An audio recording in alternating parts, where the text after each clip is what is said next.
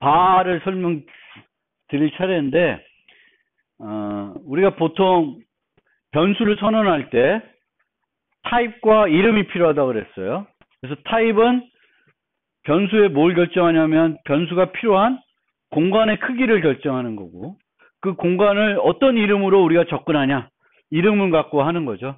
그래서 int n 뭐 이렇게 student s 이런 식으로 하게 됩니다.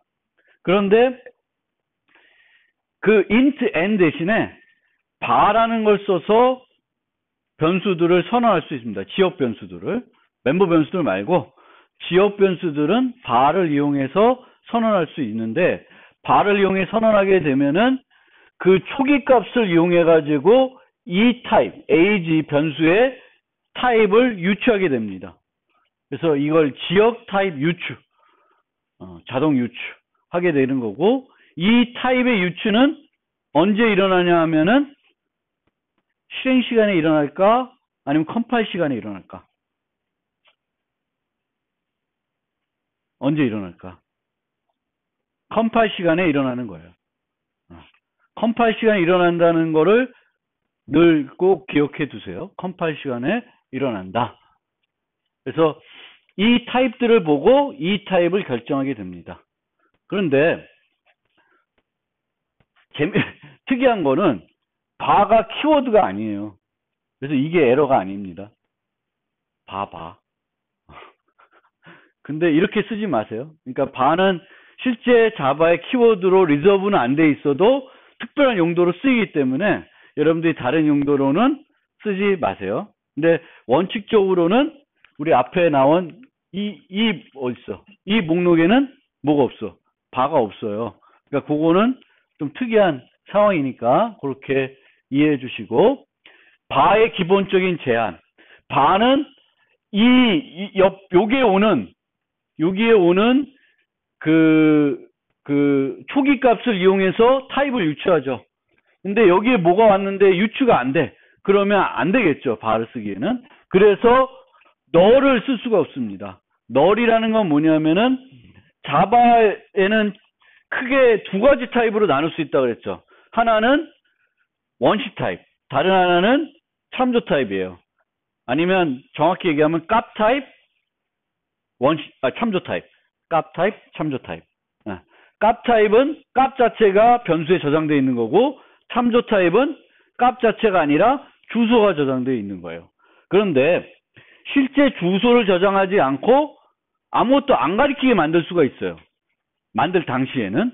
그때는 우리가 자바에서 어떤 값을 초기해 주냐면 널이라는 걸로 초기해 줄 수 있어요. 널.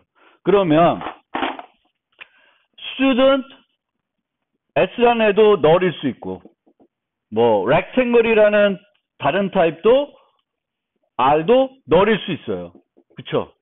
모든 참조 타입은 뭘로 초기화할 수 있어요? 널로 초기화할 수 있어요. 그러면 이 널을 보면 얘가 무슨 타입인지 유추할 수가 없죠. 그래서 널로 초기화된 거는 바로 타입 유추가 당연히 안 되는 거예요. 상식적으로도 안 되겠죠. 그래서 이게 안 되고, 복합 타입도 안 됩니다. 이걸 왜 못하겠는지는 내가 이유는 잘 모르겠는데, 하여튼 바는 복합 선언은 안 돼요. 콤마를 이용해서 한 줄에 여러 개 선언하는 거는 안 된다고 되어 있습니다. 그래서 두 가지가 안 되어 있고요. 발의 장점은 코드의 간결성을 향상할 수 있고 코드 수정하는 게 향상된다고 합니다. 가독성이 향상되는 건 아닐 수도 있지만, 그렇죠. 그러니까 이게 어떤 경우에 우리가 이런 경우에는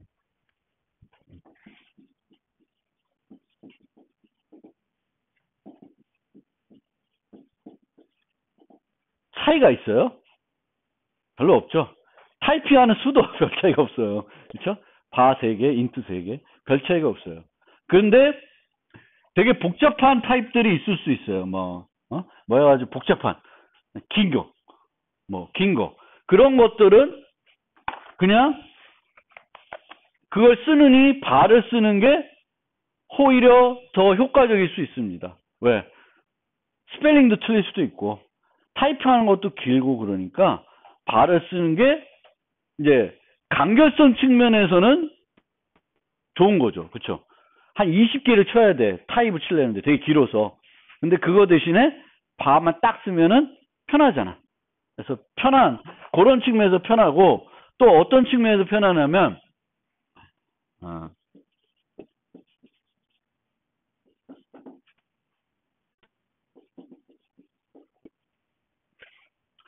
요런 포문이 있어요. 요거를 이렇게 포리치 아직 안 배웠는데, 그냥 바를 설명하다 보니까 좀 설명이 필요해서 이런 게 있어요. 응? 그러면 요 X라는 타입은 이 리스트가 예를 들면 배열이에요.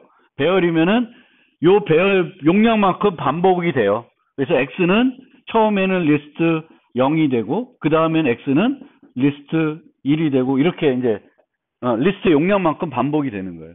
그러면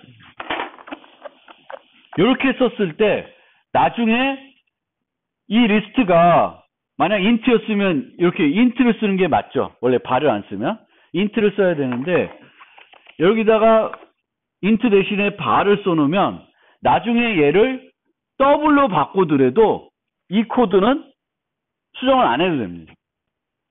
그러니까 그런 면에서는 코드 수정이 용이하다는 거예요. 발을 써놨는데 바의 옆에 있는 얘를 바꿔놓으면 얘를 바꿔야 되는 게 아니라 얘만 바꿔놓으면 이 타입이 저절로 바뀌는 거죠. 그래서 그런 면에서 코드 수정이 용이하다. 특히 이제 이런 애들 쓸 때는 여기다가 인트 쓰는 것보다는 발을 쓰는 것이 오히려 나중에 코드 수정할 때 더 편할 수가 있어요.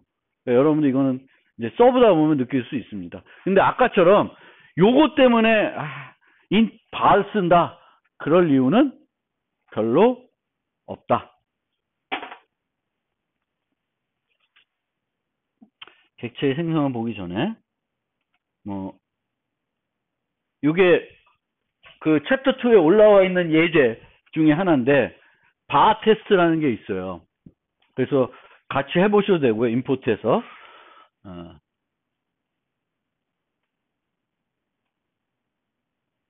너무 기네.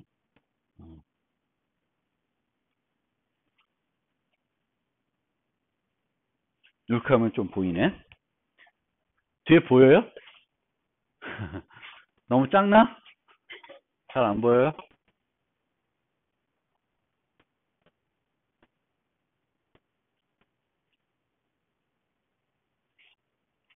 요 바 빼고 위에 fu들이 쭉 있죠? 6개가 있어요. fu 함수가 6개가 있습니다. 보여요? 좀 더 키울까? 키워? 괜찮아? 보여? 안 보여? 키우면 내가 불편한데.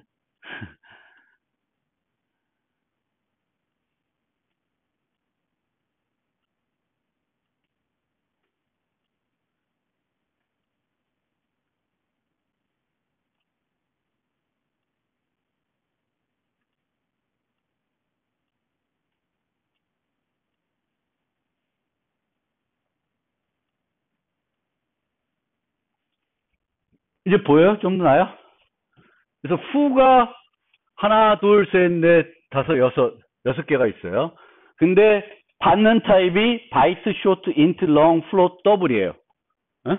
그럼 이렇게 함수를 똑같은 이 함수를 여러 개 정의하는 거를 그 프로그램 세계에서는 오버로딩 했다 그래요. 다중 정의했다. 그리고 이렇게 다중 정의하는 건 문법 오류가 안 나요. 왜? 실질적으로 타입이 다르잖아요. 개수가 하나더라도 타입은 다 달라요. 실제 쓰일 수 있냐 없냐는 건 또 다른 문제인데 정의는 가능하다는 거예요. 오버로딩 문법적으로 아무 문제가 없어요. 그러면 위에 이렇게 바이트, 쇼트, 인트, 롱, 플로트, 더블이 있다. 6개가 있다라는 거를 생각하면서 첫 번째 요 예제를 한번 봅시다. 요 예제를 1L, 1.5, F, 1.5 이렇게 4개가 있어요. 그러면 4개가 바로 만들어져 있어요. 첫 번째 A는 무슨 타입일까? 인트 타입이에요. 자, 1은 정수죠. 1은 정수예요. 뭐 이거 아직 문법적으로 다 설명하는데 기본적으로 자바에는 정수 타입이 몇 개? 4개가 있습니다. 바이트, 쇼트, 인트, 롱 4개가 있어요. 그런데 이렇게 20이라고 쓰면 20은 정수예요. 그러면 여기에 무슨 수식어가 안 붙었죠. 수식어가 안 붙으면은 얘는 정수 중 기본 타입으로 해석이 돼요. 정수 4개 중에 기본 타입은 뭐다? 인트예요. 인트. 그리고 1.5 요거는 부동소수죠. 부동소수는 자바에 2개가 있습니다. 플로트와 더블. 그럼 그 중에 기본이 뭐예요? 더블입니다. 그러니까 1.5는 더블로 해석돼요. 이거는 C++에서도 똑같습니다. 여러 개의 타입이 있을 때 정수를 썼을 때에는 기본 타입이 인트가 되겠고 C++에서 1.5도 더블이 돼요. 그러니까 그거는 자바랑 차이가 없습니다.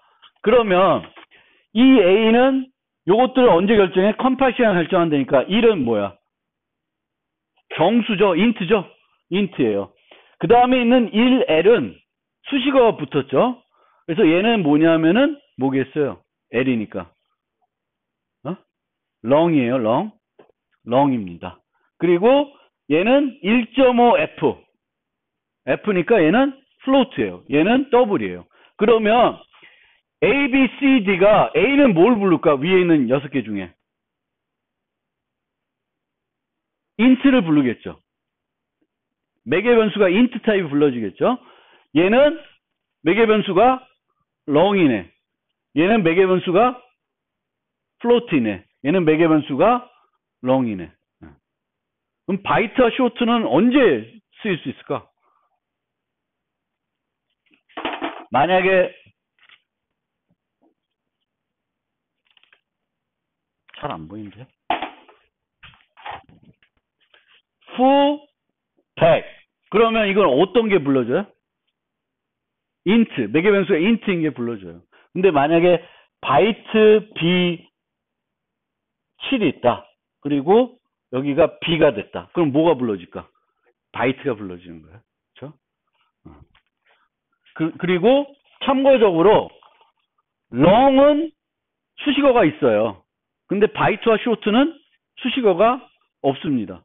그러니까 내가 상수를 쓰면서 이 상수는 바이트 상수다 라고 할 수 있는 방법은 없습니다. 기본이 인트야. 그래서 요 4개 이해됐어요? 그 다음에 이제 요거는 프리미트 타입, 원시 타입들을 쓴 거죠. 바랑.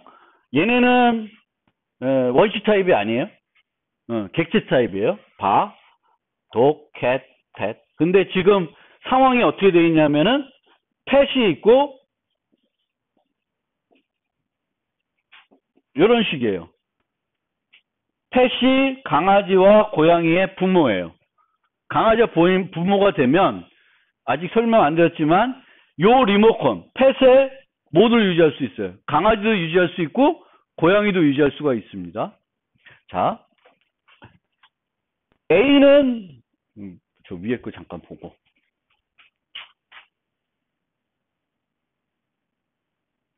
바는 3개를 만들어 놨어요. 펫을 인자로 받는 거, 독을 인자로 받는 거, 캣을 인자로 받는 게 3가지가 있어요. 3가지가 있어요. 그러면 그걸 기억해 두고 바, 펫, 띵 있고 바, 독, 띵 있고 얘가 1, 2, 3 바는 캣 이렇게 돼 있어요. 그러면 얘는 컴파일 시간에 결정을 한다 그랬죠. 그러면 뉴 덕이니까 A는 무슨 타입으로 해석할까? 강아지로 해석하는 거예요. B는 캣으로 해석돼요. 그럼 바 A는 이 중에 몇 번? 1번이 불러지겠죠. 1번이 아니라 2번. 죄송합니다. 2번이 불러지겠죠. 그쵸? 얘가. 그리고 바 B는 3번이 불러지겠죠.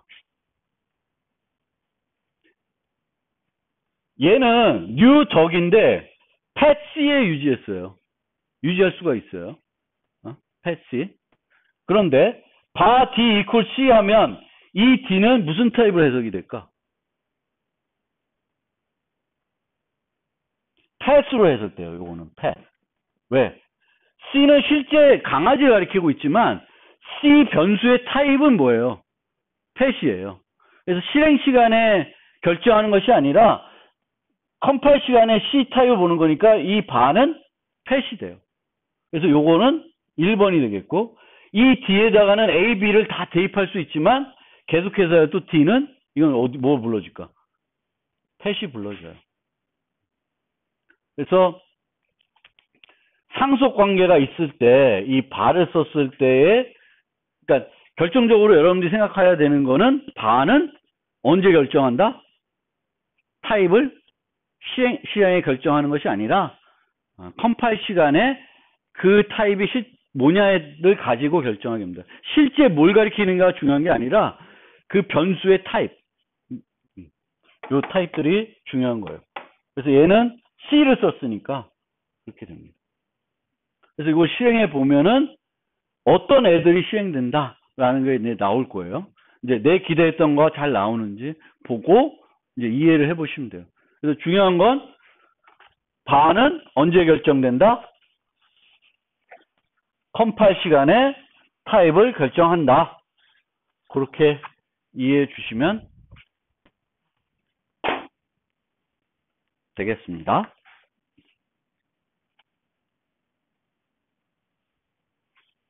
자, 객체의 생성. 자바에서는 객체를 생성할 때 new를 기본적으로 씁니다. new는 동적 생성하고 관련이 되어 있어요. 그리고 new는 단항 연산자입니다. 그래서 new는 p 연산자로 생성자 호출을 가지고 와야 돼요. 사용을 해야 돼요. 그래서 new 이게 이제 생성자. 생성자들은 클래스 이름하고 그 함수 이름이 똑같죠. 그래서 이렇게 new rectangle, new car 이런 식으로 쓰게 됩니다. new dog 뭐 이런 식으로. 그래서 생성자는 그러니까 new는 객체를 생성할 때 생성자 호출을 p 연산자로 가진다. 그래서 지난번에도 한번 설명드렸듯이 dog d equal new dog 뭐 이런 식으로 하면 실제 f라고 하는 스택에는 참조 타입만 만들어지게 되겠고 실제 강아지 객체는 여기에 만들어지는 경우는 자바에는 없습니다.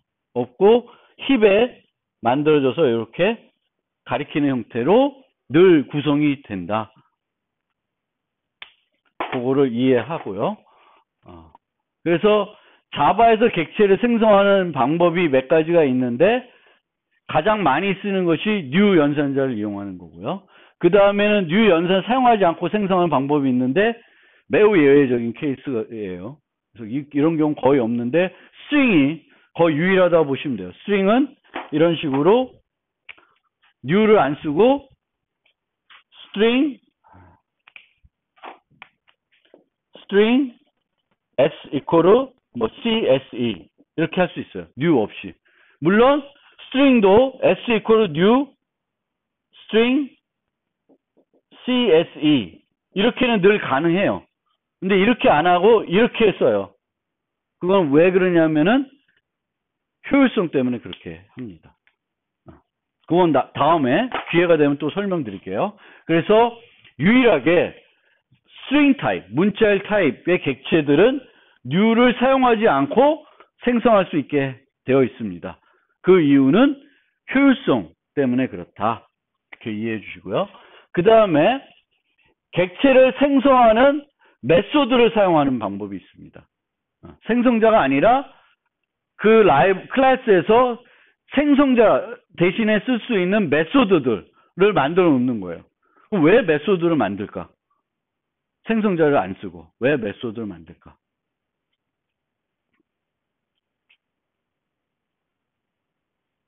보통은 생성자를 부르고 나서 이 객체를 완전하게 만들려면 매우 복잡한 과정이 있어요. 생성자가 불러야 되는 게 아니라 그 다음에 해야 될 추가적인 일들이 있어요. 그럼 어떻게 하겠어요? 그걸 자주 해야 될 거 있잖아요. 그 객체들을. 그럼 걔를 어떻게 하겠어? 함수로 모듈화 하겠죠. 어? 생성하는 과정이 대단히 복잡해. 그냥 단순히 뉴하고 끝나야 되는 게 아니라 뭔가를 좀 더 해야 돼. 그러면 그 과정이 복잡하죠. 어? 그럼 그 과정을 또 한 번만 쓸 게 아니라 여러 곳에 쓸 수 있죠. 그럼 우리가 어떤 과정이 복잡한데 여러 곳에 쓰여요. 그럼 어떻게 해? 프로그램할 때. 그 과정을 함수로 만들어서 추상화해 주죠. 어? 그래서 우리는 그 함수를 부르는 거예요. 그리고 그 생성한 과정이 바뀌면 나는 몰라도 되는 거지. 나는 계속 뭐만 부르면 돼. 그 메소드를 불러서 생성을 해주면 돼요. 그 생성에 들어가는 복잡한 내용은 요 함수 안에서 다 되는 거예요. 그래서 그런 것 때문에 이제 하는 거고, 한 가지는 또 하나는 가독성을 높일 수가 있습니다. 생성자의 이름은 반드시 뭐랑 같아요? 클래스 이름하고 같아요. 바꿀 수가 없어요. 그러면 플레이어라고 하는 축구 선수 클래스가 있어요. 근데 플레이어 생성할 때 늘 플레이어 P equal new player 할 수 있죠. 근데 그것 대신에 플레이어.create striker 라고 하면 이 이름에서 벌써 뭐 어떤 종류의 축구 선수를 만드는지가 명확해지죠. 공격수를 만드는구나. 뭐 미드필드를 만드는구나. 수비수를 만드는구나. 골키퍼를 만드는구나가 명확해집니다. 그러니까 생성자는 이름이 뭘로 제한이 돼요? 클래스 이름으로 제한되는데 그 이름이 가독성에는 별로 도움이 안 될 수 있어요. 그래서 이 객체의 다양한 종류들을 인자를 받아서 만들어야 되는데 그거를 좀 더 가독성 있게 구분하기 위해서는 뭘 만들어줄 수 있어요? 이런 메소드들을 만들어줄 수 있어요. 그래서 create striker. 그리고 이런 애들, 인테저 같은 애들은 10이라는 거를 만들 때 매번 만들지 않아요. 얘는 어떻게 하냐면은 1부터 몇인가? 뭐 한 50까지는 미리 다 만들어 놔요. 그래서 달라고 할 때마다 그 만들어 놓은 걸 줘요. 그러니까 이 과정을 매번 뉴하는 게 아니라 여러분들이 필요한 것들을 미리 다 만들어 놓고 그 중에 골라서 주는 거예요. 그러니까 이런 걸 하기 위해서 이런 객체 생성한 메소드를 사용한다. 그러니까 객체를 생성하는 과정이 복잡하거나 뭔가 효율성을 높이거나 가독성을 높이기 위해서 객체를 생성하는 별도 메소드를 만들어서 사용할 수 있다라는 거고요. 객체를 생성하는 메소드니까 객체를 생성해 놓고 얘를 부르는 게 아니라 뭘 이용해? 얘는 뭐야? 플레이어라고 하는 것. 뭐예요? 이 식별자는 대문자 시작했으니까 클래스 이름이죠. 그러니까 이 메소드는 무슨 메소드예요? 스태틱 메소드예요. 그러니까 객체를 생성하기 위해서 그 객체 생성하고 생성된 객체한테 또 객체 생성하려는 게 아니라 뭘 부르는 거야? 클래스에 있는 어떤 메소드를 부르고 이 메소드 안에서 뭐가 이루어져요? 뉴가 이루어질 수 있고 옛날에 만들어 놓은 객체들 중에 하나를 줄 수도 있는 거예요. 그래서 이런 객체를 생성하는 메소드들은 다 대부분 뭐다? 스태틱 메소드예요. 왜 스태틱 메소드 해야 되는지 응? 그냥 축구 선수를 만들기 위해서 공격수를 만들고 또다시 그 공격수한테 공격수를 만들어 달라는 게 아니잖아요. 보통. 그러니까 논리적으로 봤을 때 우리가 객체를 생성하는 메소드를 만든다는 것은 그냥 함수를 만들고 그 함수를 부르는 건데 그 함수를 어디다가 만들어놔요? 플레이어랑 클래스에 스태틱 함수를 넣어놓는 거예요. 왜? 이 클래스의 객체를 생성하는 메소드니까 다른 데 만들어 놓지 않고 여기다 만들어 놓는 거예요. 그러니까 뭐 이런 식으로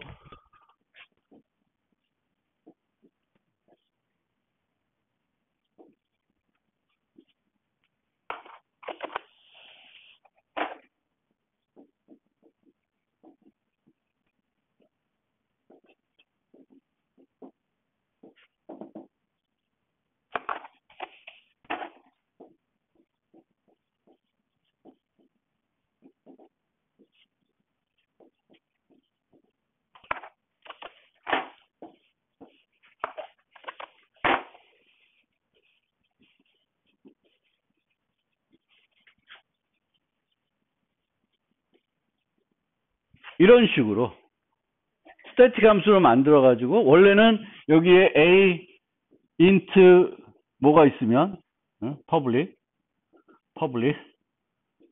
이면 뭐 a equal new a 이렇게 하는 게 일반적인데 내가 어떤 함수를 별도로 만들고 싶으면 이런 식으로 이렇게 만들 수가 있다는 거예요. 스태틱 함수로.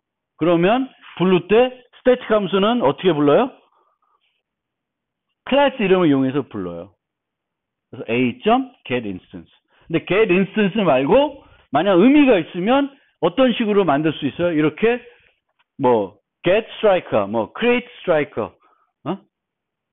뭐 create 1학년 만든다, 뭐 create 뭐 sophomore, freshman, 뭐 이런 식으로 이름들을 좀 더 가독성 있게 지을 수 있죠. 그리고 이런 애들은 그때그때마다 만드는 게 아니라 미리 풀로 왕창 만들어 놓고 줄 수도 있어요. 맨날 똑같은 애를 줄 수도 있고. 효율성을 높이기 위해서. 맨날 뉴하면 새로 계속 만들어지잖아. 계속 안 만들고 맨날 만들어진 애를 계속 쓰게 하려면 이런 식으로 할 수도 있어요. 그래서 여러 가지 용도로 쓰이고, 마지막 방법 4. 얘는 클론, 복제하는 거예요. 저를 복제하는 거. 근데 이것도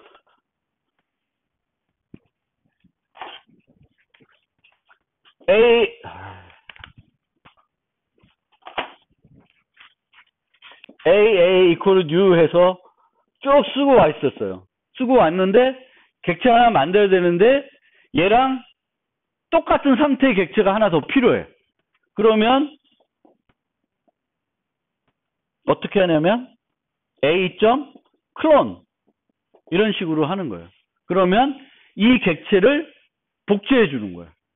근데 이거 복제 안 하고 a, b에 a, new a 하면서 a에 있는 여러 값들을 뭐 get 갖고 오고 뭐 갖고 와서 초기화해 주려면 귀찮잖아. 그렇죠? 그래서 귀찮기 때문에 이렇게 어떤 객체와 똑같은 상태의 객체를 만들기 위해서 여기에 있는 모든 데이터를 갖고 와가지고 그 데이터들을 생성자에 넣어가지고 객체를 만들려면 무지 불편해요. 그래서 어떻게? 그냥 복제하고 바꿔야 되는 값만 한두 개만 바꿔주면 되죠. 복제하고 나서. 그래서 클론이라는 걸 쓴다. 근데 C++ 기존에는 우리가 클론이라는 함수를 쓰지 않고 뭘 썼어요? 복사 생성자라는 걸 썼죠. 근데 자바에서는 복사 생성자라는 거를 사용하지 않습니다. 물론 만들 수는 있어요. 우리가 만들 수 있는데 관례적으로 안 만들고 클론이라고 하는 특별한 메소드를 이용해서 하게 됩니다. 그럼 어떻게 모든 애들이 클론을 이용해서 복제하게끔 강제화할 수 있을까? 그거는 좀 더 지나서 설명을 드릴게요. 어쨌든 자바에서는 객체를 생성하는 방법이 총 몇 가지 있다?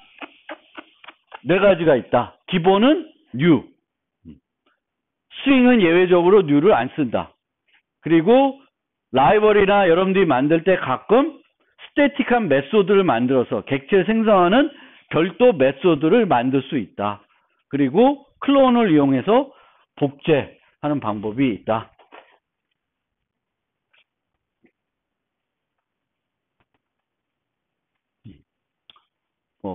그래서 일단 new 이용하는 거고, 이 new를 생성했을 때 걔를 유지하는 변수를 객체 변수 또는 객체 참조 변수라 그래요. 같은 말인데 하여튼 좀 더 정확히 하면은 참조 변수입니다. 그리고 여러 개의 객체 참조 변수가 같은 객체를 참조할 수 있다.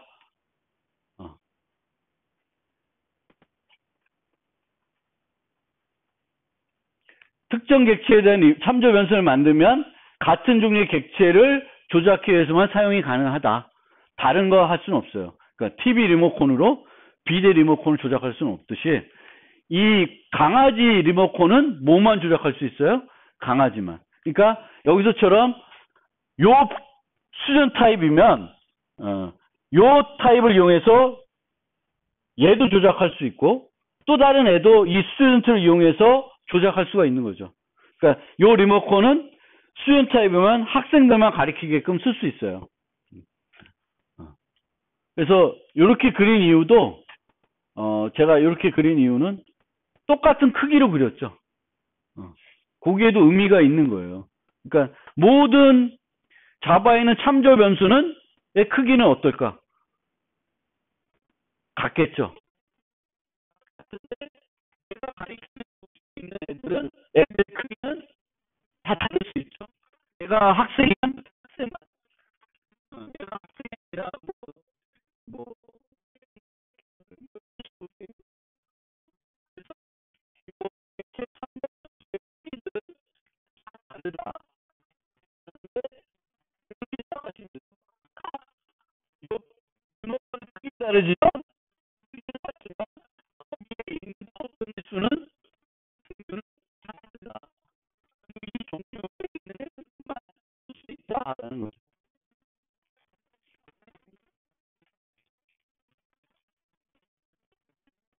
그리고 원시에 자바에는 존재하지 않습니다.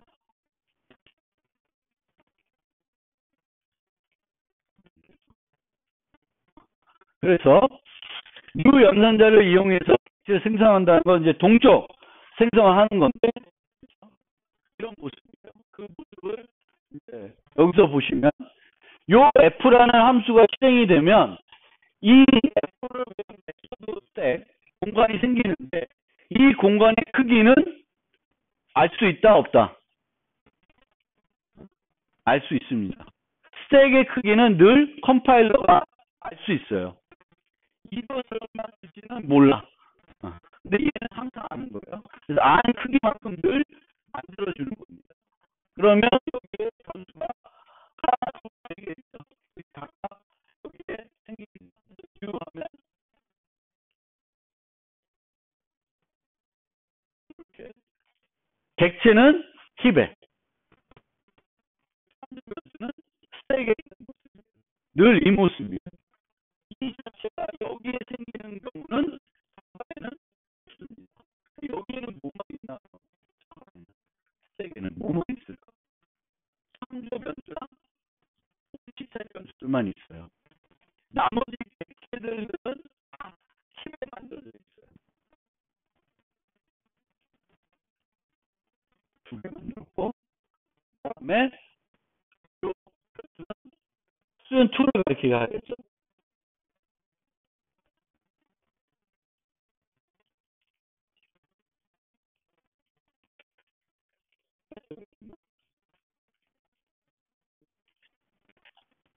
그래서 여기까지 가면 이렇게 모습을 하고 있죠. 근데 JVM은 이 자바 프로그램을 실행하고 있는 JVM은 이 팁에 만들어진 얘들을 가리키고 있는 이 포인터의 개수를 세고 있어요. 세고 있어서 마지막 문장이 실행되면 이렇게 되겠죠. 그러면 얘를 가리키고 있는 애가 하나도 없어져요. 그럼 얘는 더 이상 사용할 수 없게 됩니다. 얘를 뭔가를 가리키고 있어야 그걸 다른 데다 넣을 수 있는데 이제 가리킨 애가 없으니까 이 주소를 알 수 있는 방법은 없어져요. 그럼 얘가 뭐가 되냐면 자바에서 얘기하는 쓰레기가 되고 이 쓰레기들은 나중에 안 쓰는 공간에 넣어 표시해 가지고 다른 애들이 이 공간을 쓸 수 있게 해줍니다. 그래서 자바에서 사용하는 그 프로그램을 사용하는 힙을 뭐라고 하냐면 garbage collectible 힙이라 그래요. 쓰레기 수집 가능한 힙. 그럼 이 수집을 누가 해요? 누가 해요?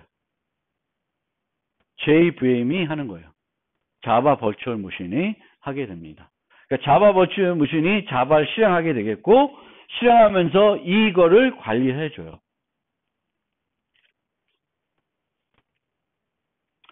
그래서 뉴는 동적 할당인데 지난 시간 그 자료 구조 시간하고 좀 중복되는 내용이 어쩔 수 없죠. 그래서 동적 할당에 관해서 뉴는 결국은 동적 할당하는 개념이죠. 그렇죠? 그러니까 자바에서는 모든 객체를 동적 할당합니다. 그래서 자동 할당이라는 개념이 없어요. 그래서 동적 할당을 하고, 그렇지만 불편하지 않은 것이 뭐냐면은 우리가 얘네들을 직접 반납하지 않아도 된다는 거죠. 그게 좋은 점이에요. 그럼 동적 할당 하고 반대되는 개념을 제가 간혹 정적 할당이라고 쓰는데, 정적 할당을 좀 안 맞는 것 같아서 자동 할당이라고 해볼게요. 그래서 동적 할당의 반대는 자동 할당. 그러니까 자동 할당은 자동적으로 할당됐다가 자동적으로 반납된다는 거예요. 동적 할당은 내가 만들었다가 내가 반납한다는 건데, 자바에서는 내가 만들지만 반납을 내가 안 해도 되는 거죠. 그래서 기본적인 개념은 자동 할당은 컴파일 시간에 언제 얼마만큼 공간이 필요한지 알고 있으며 이 공간의 사용 기간도 알고 있는 경우예요. 예를 들면 지역 변수. 그래서 뭐 int n 여기에 뭐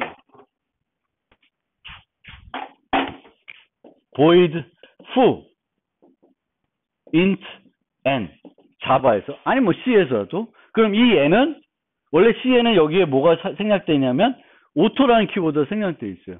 C에서 오토의 반대는 뭘까? 요 n은 foo가 실행되면 만들어지고 foo가 사라지면 없어지는 애예요. 근데 이 int n이 사라지고 싶지 않아. 계속 유지하고 싶어. 그럼 뭐 어떻게 해야 돼? 스태틱으로 써주죠. 그래서 얘랑 헷갈릴까봐 오토라는 애가 있고 스태틱이라는 애가 있어요. C에서는. 그렇죠? 근데 자바에는 이런 애는 없으니까 이런 애는 이렇게 foo가 실행됐을 때 만들어졌다가 다시 요 foo가 끝나면은 저절로 없어져요. 저절로 생겼다, 저절로 없어지는. 그래서 쟤를 우리가 자동 할당이라고 그럽니다. 동적 할당은 실행 시간에 해당 시점이 되어야 필요한 공간의 크기를 계산할 수 있고 이 공간의 사용 기간도 미리 단정하기 어려워요. 그래서 얘를 어디다 만드냐면 스택에다 만들지 않고 별도 공간에 만들게 되겠고 그 공간은 우리는 힙이라 그럽니다. 힙. 그래서 여러분들이 프로그램을 쉽게 하려면 가능하면 자동 할당 방식을 사용하는 것이 쉬워요. 왜? 여러분들이 메모리에 대해서 신경 안 써도 되잖아. 근데 이제 동적 할당해야 되면은 자바 외에 다른 언어들은 어떻게 해야 돼? 내가 때 되면 반납을 해줘야 돼요. 아, 이제 더 이상 쓸 필요가 없겠구나. 그러면 딜리트를 해줘야 돼요. 근데 자바는 그게 안 해도 되지만 동적 할당은 그렇습니다. 이제 그런 개념을 그래도 늘 갖고 쓰실 필요가 있습니다. 이건 뭐니? 그래서 요 예제를 잠깐 다시 한번 또 보면 그 개념인데 요 메인이 실행되면 요 두 개의 공간에는 어떻게 되는 거예요? 자동 할당된 거예요. 자동 할당되는데 여기 보시면 얘 말고도 ARGS라는 게 있겠지만 그거 빼면은 DH 두 개의 변수가 있어요. 지역 변수. 지역 변수만 우선 고려한다면 이렇게 두 개가 자동 할당될 거예요. 그 다음에 new duck 하면 이 강아지는 여기 garbage collectible 힙에 만들어지게 됩니다. 그리고 얘를 예를 들면 to에 전달한다. 그러면 자바는 콜 바이 밸류로만 넘길 수가 있어요. 그럼 요 값이 여기로 복사가 됩니다. 얘도 여기로 복사가 돼요. 안 나오나?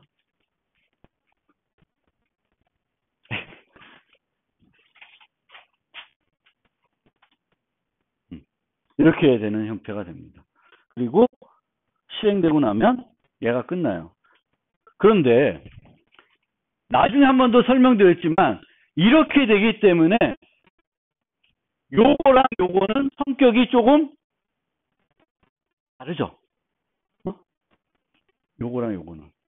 만약에 후에서 얘를 3으로 바꿨어. 끝나고 나면 얘가 바뀌어요? 안 바뀌죠. 그런데 여기서 D를 이용해서 set name 뭐 이런 게 있어서 미미 뭐 이렇게 바꿨어요. 근데 원래는 이름이 장군이었어요. 그럼 끝나고 나면 이름이 뭐겠어? 미미로 바뀌죠. 왜? 주소를 서로 갖고 있기 때문에 여기서 얘를 이용해서 후에서 D를 이용해서 조작을 하게 되면 바뀌어요. 근데 이 자체의 전달은 call by reference도 아니고 뭐예요? call by value예요. 그 개념은 또 나중에 한 번 더 다음 시간에 또 설명을 드릴 건데 요 그림을 통해서 이해를 해주시고 요 그림에서 원래 설명드리려고 했던 거는 요 스택에 생기는 애들은 자동적으로 생겼다가 자동적으로 없어지는 애고 얘는 원래는 우리가 요구할 때 생기는 애고 원래는 어떻게 해야 돼요? 우리가 다 쓰고 나면 딜리트 해야 되는데 자바에서는 그걸 안 해도 된다. 라는 겁니다.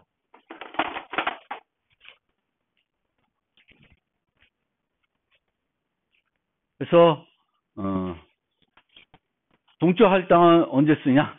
공간 낭비가 되니까 동적 할당은 쓰려고 많이 하는데 이때도 공간이 낭비되는데 무조건 하는 게 아니라 필요한 크기의 변화폭이 클 때 동적 할당합니다. 맨날 50개 공간이 필요해. 그러면 동적 할당할 필요 없죠. 그냥 50개 확보해 쓰면 돼요. 근데 어떨 때는 10개, 어떨 때는 100개 필요해. 그러면 100개를 확보해 놓고 써야 되겠죠. 최대 크기를.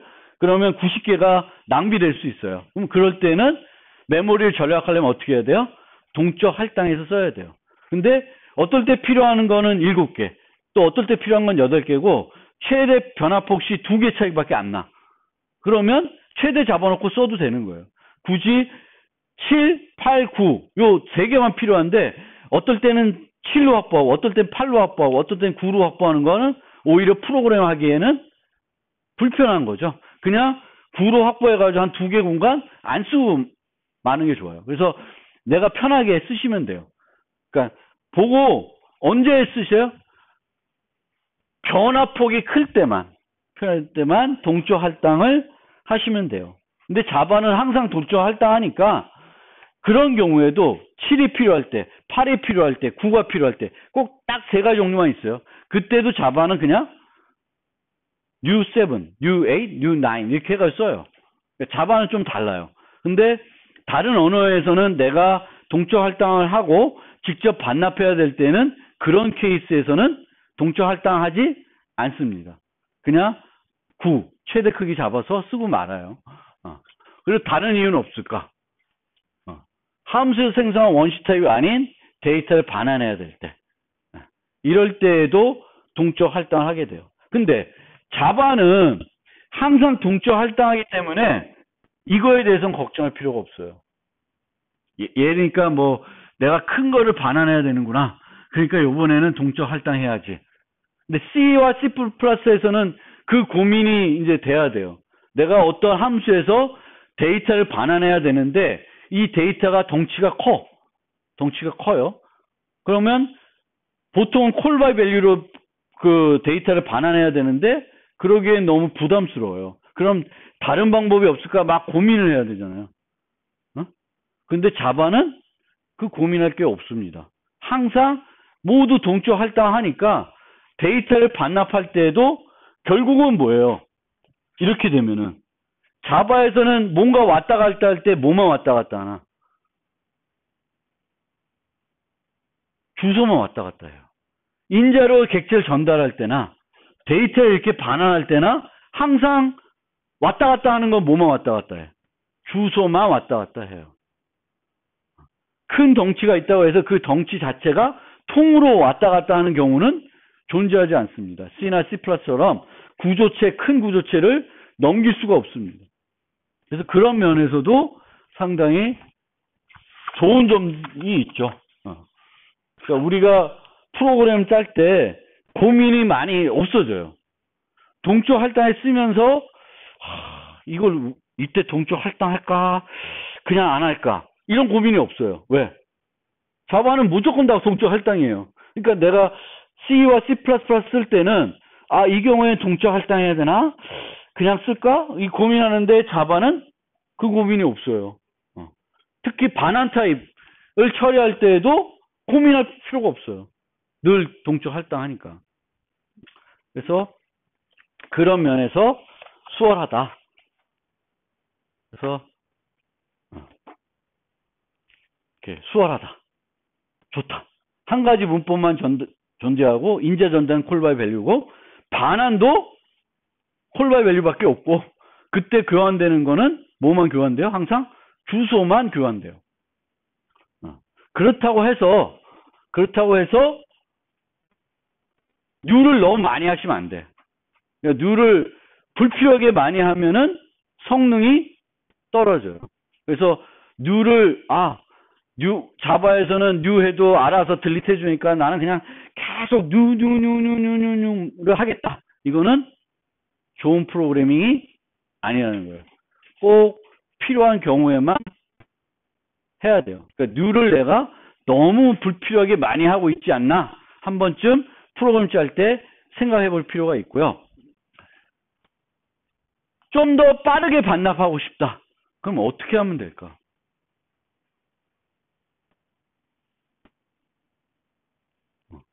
어떻게 하면 쓰레기 수집을 촉진시킬 수 있을까?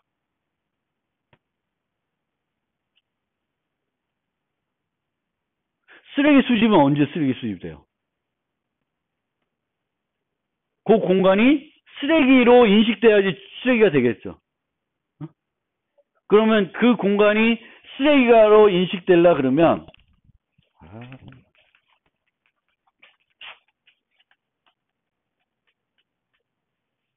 요거처럼 얘가 아무것도 안 가리켜야 되죠. 아무것도 안 가리키게 하려면 요 값을 지워줘야 돼요. 그럼 이 값을 지우는 방법은 뭘까? 이 상태에서 요 포인터를 지우고 싶어요. 그럼 어떻게 하면 돼? 스튜던트 1에다가 그렇죠. 스튜던트 1에다가 이 아래로 코드가 많아. 근데 여기 중간에다 이제 필요 없으면 뭘 해주면 돼요? 너를 해주면 이게 날아가는 거예요. 그러니까 너를 내가 이제 더 이상 필요 없는 거를 우리가 예전에는 뭐 했어? 딜리트 했죠? 근데 내가 필요 없으면 자바에서는 딜리트한 대신에 그 쓰레기 수집을 촉진하기 위해서 뭘 할 수 있어요? 그 참조 변수에 뭘 대입해줘요? 너를 대입해 줄 수 있어요. 근데 그것도 꼭 안 해도 돼. 근데 그런 방법이 있다라는 거는 여러분들이 좀 알아두시면 좋아요. 내가 뉴를 많이 쓰는데 너무 많이 쓰는 것 같다. 좀 불필요하게 많이 쓴다. 그러면은 쓰레기 수집을 좀 더 빠르게 촉진시키고 싶으면은 시스템에서 이 공간을 쓰레기로 인식해야 될 거 아니야. 쓰레기로 인식하려면은 얘를 가리키는 게 빵개가 돼야 돼. 그 빵개가 되기 위해서는 이것들을 지워주셔야 되는데 이 지우는 건 여기다가 뭘 대입해요? 널 값을 대입해주는 형태가 되는 거다. 그거는 그냥 한 가지 팁으로